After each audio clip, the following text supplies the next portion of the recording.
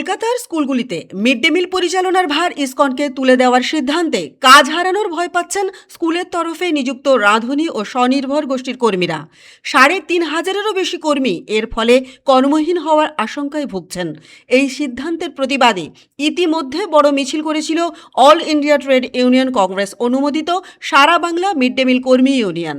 সূত্রের খবর, সিটু অনুমোদিত মিড ডে মিল কর্মীদের ইউনিয়নও এর প্রতিবাদে মিছিল করতে শীঘ্রই পথে নামবে।